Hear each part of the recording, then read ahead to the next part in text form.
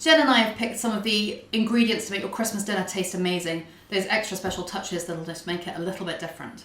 Jen's been a chef for 25 years. Yeah. Been in food development, travelled a lot. You're a pretty expert on ingredients and cooking. I love talking to you about food. I've been running Sous Chef for 10 years, buying the most incredible, hard to find, unusual, beautiful ingredients in the world. And seeing that these are some of our top picks. The thing about Christmas dinner is roast dinners are an institution, aren't they? So Christmas dinner needs to stand out.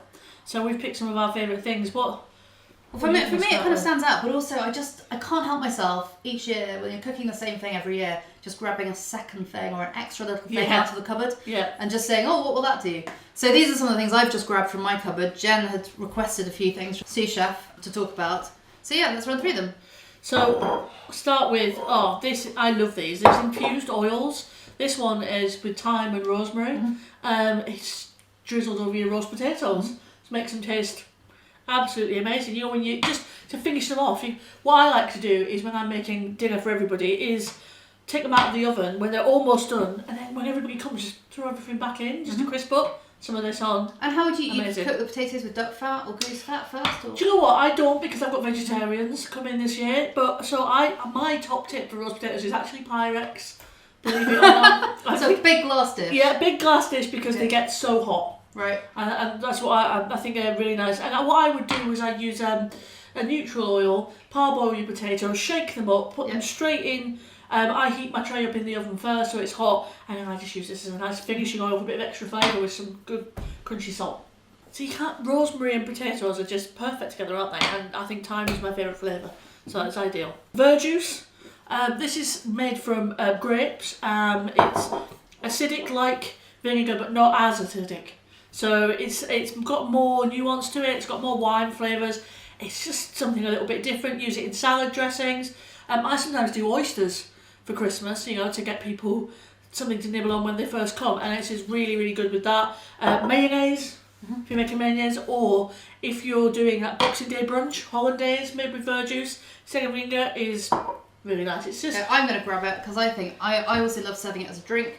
I put a little, maybe an inch in the bottom of a glass with some sparkling water. For anyone who doesn't want to drink alcohol, that's absolutely delicious. If you taste it by itself, it's super aromatic. It's really both sweet and sour at the same time. So you could just use it in many, many things, cocktails as well as the cooking. And poaching pears, for example. Oh, really nice. It's a great... I've never thought of drinking it, because I like to drink a lot of different vinegars, like the apple cider and things. So yeah, that'd be great. It's good. Brilliant. What else have we got? Another vinegar, just apple cider. No, it's not apple cider. No, this is champagne. Yeah. So it's got really nice sort of aromatic flavour to it. It's a little bit more gentle, the kind of white wine, vinegar or Chardonnay or any of those kind of things.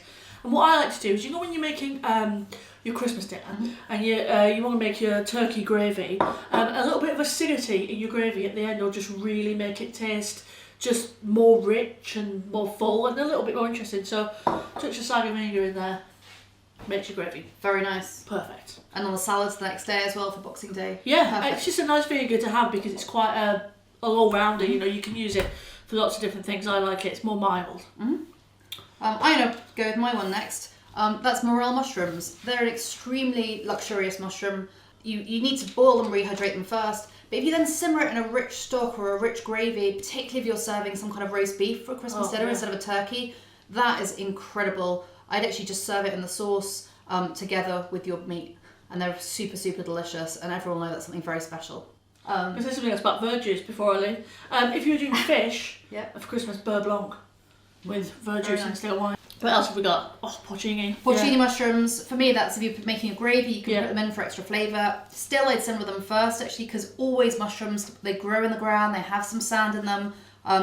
That's one of the mistakes people make, often with dried mushrooms, is putting them straight into their dishes. Yeah. Actually, I'd boil them first, and then just lift them out so any of the silt or any of the sand can fall into the bottom of the pan. Any dried mushrooms, I'd always do that with, and then pop them into your gravy to simmer. Otherwise, I'd chop them up finely and put them into a stuffing. Yeah. They'd be really good if you were going to do beef Wellington as well, wouldn't they, to put in your mushroom stuff around the Wellington. That would be amazing. That would be great. Yeah. What else have we got? I've got a few other things here that would be great with cheeses. either, if you're having little canapes before dinner, so on an oat cake, maybe a bit of Stilton, tiny little bit of this fig and Penja Pepper chutney. It's called condiment, but really it's a kind of sweet chutney jam. Similarly, honey, a really thick, rich honey. This is a chestnut one from Italy. And it's from a lovely, beautiful producer. All of their products are divine. So that's a really, really lovely honey to have. Chestnut is one of my favourites. It's got a butteriness, hasn't it? It's really nice. Yeah. What about you? You mentioned this one.